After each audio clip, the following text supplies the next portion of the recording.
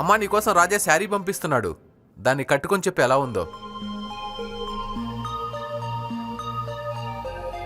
చాలా అందంగా ఉన్నావు.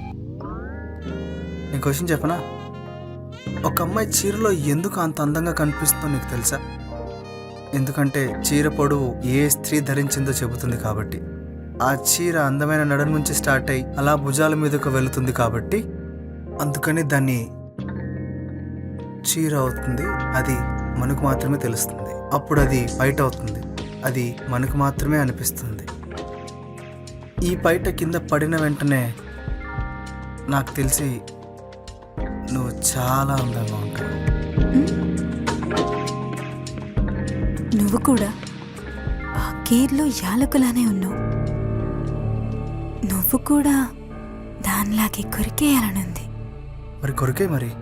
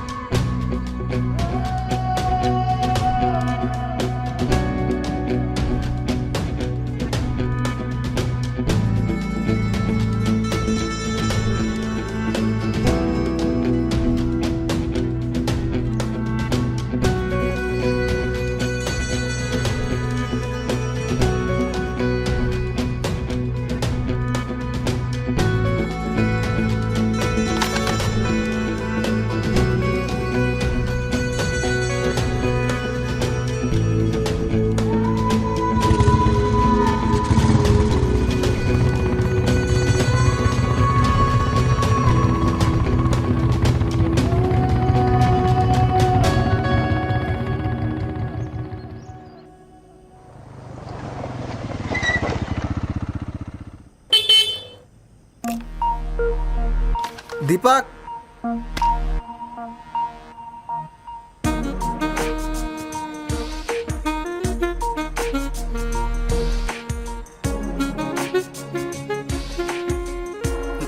నమస్తే. అది దీపక్.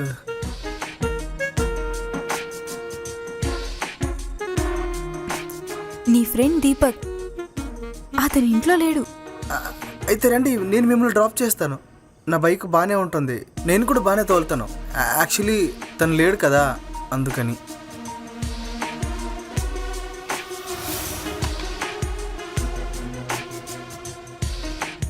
ఇప్పుడు షాప్ లేకపోతే వెళ్ళడం వల్ల ఉపయోగం ఏంటి?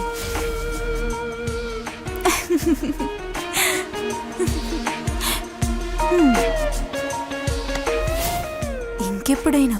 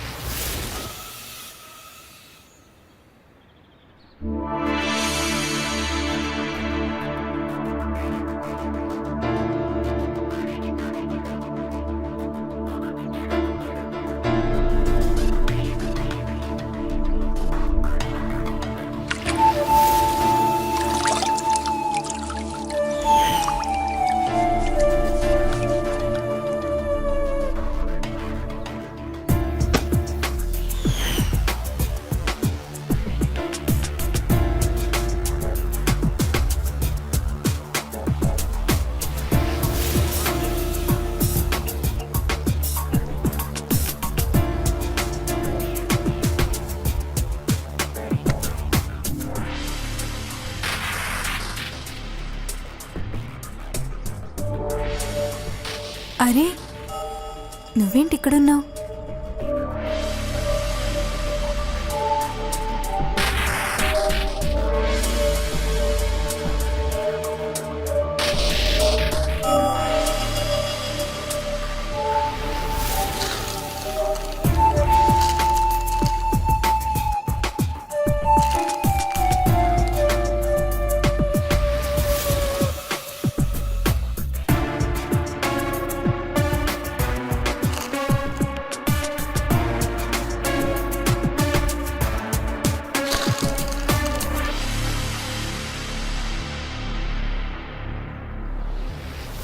అరే ఏమైంది?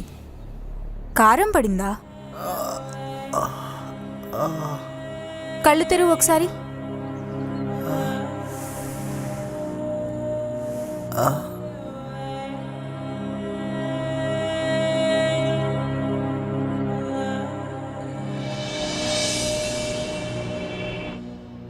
ఏ రాజా, మన టమాటో కొన్నాం కదా? అరే కొన్నావులేరా బాబు, ఎప్పుడు నువ్వు మర్చిపోలేదు కానీ. నానా నానా దీపు నాన్న, త్వరగా షాప్ దగ్గరికి రా. మనం శుక్ల అంకుల్ వాళ్ళ ఇంటికి వెళ్ళాలి. సరే నాన్న, బయలుదేరుతున్నా. అరే రాజా, ఈ కూరగాయలు ఇంట్లో ఇచ్చేసి నానేదో పని ఉందని షాప్ దగ్గర రమ్మన్నా, నేను వెళ్తున్నాను. త్వరగా ఇంట్లో ఇవ్వు, అమ్మ చేయడానికి ఏమీ లేవు, లేదంటే కిచిడి చేస్తుంది. సరే తొందరగా వెళ్ళు, నేను సాయంత్రం కలుస్తా.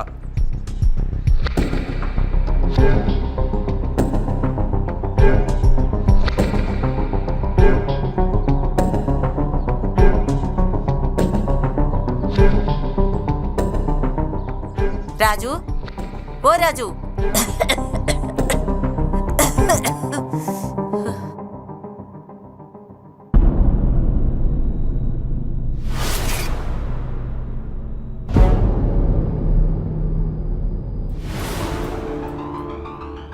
సరుకులు పెట్టడానికే వచ్చావా లేకపోతే ఇంకేదేనా?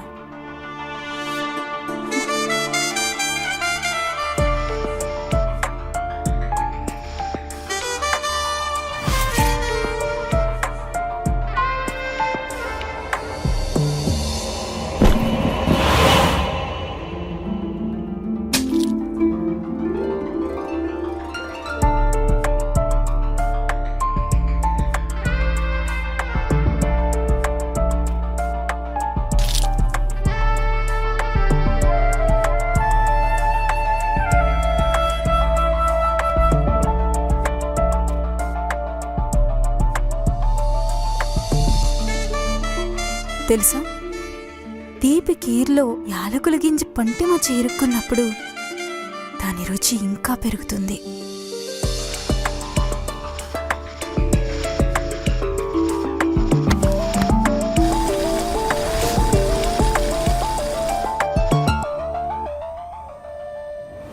నేను ఇంకా ఎంతకాలంగా రానే రహస్యంగా కలుసుకుంటాను. కలలు కరడానికి పెద్దగా ఖర్చు ఉండదు, కానీ దాన్ని నేర్చుకోవడానికి దానికి డబ్బు ఖర్చు అవుతుంది బ్రదర్. నేను ఎంత ప్రేమిస్తున్నానో నీకు తెలియాలి కదా. కానీ మన ప్రేమని మనం నిజం చేసుకొని తీరాలి. అరే రాజు, దీనికోసం మనం డబ్బులు సంపాదించాలిరా. ఇప్పుడు రాణి గారు ప్రేమలో పడ్డారు కాబట్టి ఇప్పుడు మనం రంగంలోకి దిగిపోవాలి. మీరు ఆల్రెడీ డెసిషన్ తీసుకున్నారు కాబట్టి ఇంకా మాట్లాడడానికి ఏముంది? ఇంకంతా మీ ఇష్టం. అయినా ఇది మీ జీవితం కాబట్టి నిర్ణయం కూడా మీదే. అయినా నేనెవరిని మీకు చెప్పడానికి? నువ్వే నా జీవితం. నా జీవితం మొత్తం నీతోనే గడపాలనుకుంటున్నాను.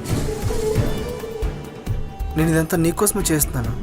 ఇప్పుడు ఎంతకాలం నేను నిన్ను రహస్యంగా గమనిస్తూ ఉంటాను. మనం చాలా ముందుగా ఆలోచించాం. అది నువ్వు వద్దనుకుంటే దయచేసి నాకు చెప్పి మనం కలలు కనడం ఆపుదాం. అలా అవ్వదు కదా. నేను నేను కలవాలి కదా, అంతే. నేను కలవాలంతే. అరే రాజా,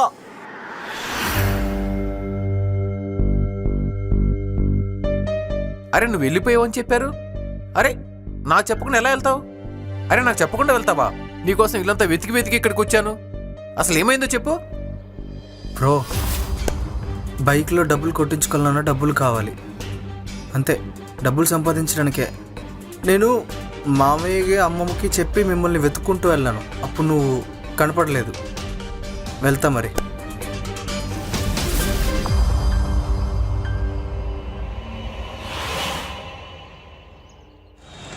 దీపు అక్కడికి వెళ్ళిన తర్వాత ఏదైనా వార్త ఉందా లేదా? అతను వెళ్ళి చాలా రోజులైంది.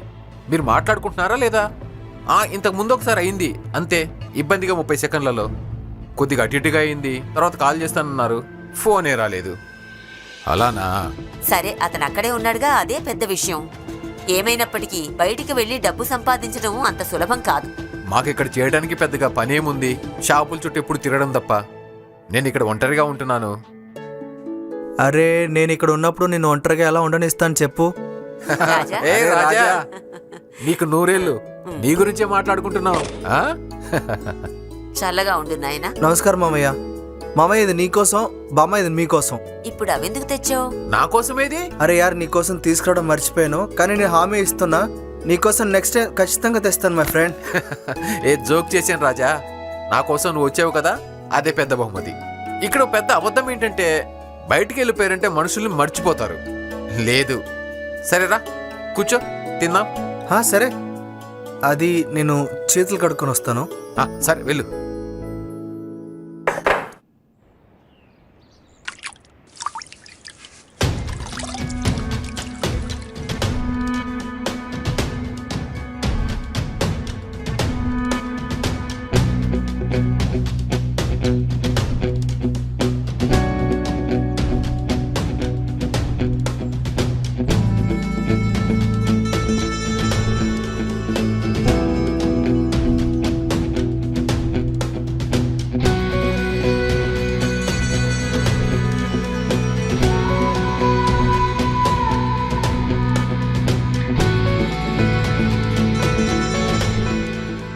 నేను ఇక్కడి నుంచి త్వరలోనే తీసుకెళ్తాను.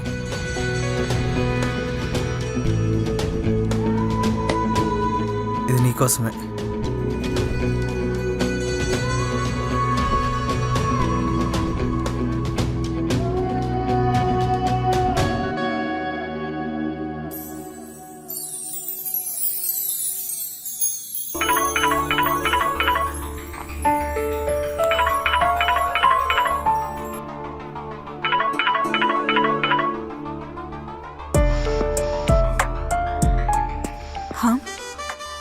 చెప్పు. అయినా లిప్స్టిక్ కొంచెం ఎర్రగా అయినట్టు అనిపిస్తుంది. అరే, లిప్స్టిక్లో ఎరుపు మాత్రమే ఉంది. నీ పెదవులు తాకిన తర్వాత నాకు చాలా ఆనందంగా ఉంది, కానీ వాటిని దగ్గర నుంచి చూసి చాలా కాలమైంది కదా, కాబట్టి నాకు తెలీదు.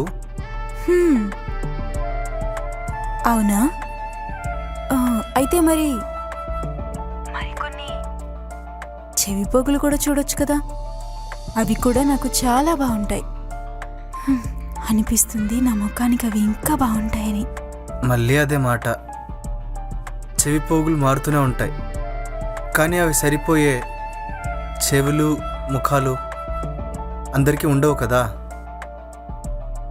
అయితే నా ముఖాన్ని మీరు ఎప్పుడు దగ్గరగా చూస్తారు? తొందరలోనే వస్తాను. ఈసారి నేను గ్రామానికి వచ్చినప్పుడు దీపక్ని నాతో పాటు సిటీకి తీసుకొస్తాను, కాబట్టి నేను అతనితో ఎక్కువ సమయం గడపాల్సిన అవసరం ఉండదు. అది ఇప్పుడు కేవలం ప్రదర్శన కోసమైనా ఒక ఫ్రెండ్గా అతనితో నేను ఎక్కువ టైం గడపాల్సి వస్తుంది. దానివల్ల నేను నీతో ఉండడానికి అసలు కుదరట్లేదు. ఇప్పుడు అతను దూరంగా ఉంటాడు, కాబట్టి మన ఇద్దరం కలిసి హ్యాపీగా టైం స్పెండ్ చేయొచ్చు. ఏమంటావు? ఇది నువ్వు నాకు దగ్గర అవడానికి ఇది ఒక కొత్త ఐడియా. ఇది నీకు అర్థమైంది అనుకుంటా. కానీ ఇంట్లో ఎవరూ దీనికి అంగీకరించరు. దీపక్ లేకుండా ఇక్కడ ఎవరూ ఉండలేరు, వాళ్ళ అమ్మమ్మ వాళ్ళ నాన్న కూడా. మరి నా సంగతి ఏంటి? నువ్వు లేకుండా నేనేం చేస్తాను? నువ్వు ఎప్పుడైనా దీని గురించి ఆలోచించావా? నువ్వేం చేయలేకపోతే అప్పుడు నువ్వు మౌనంగా ఉండు, నేను అందరినీ ఒప్పిస్తాను. నేను వస్తున్నాను.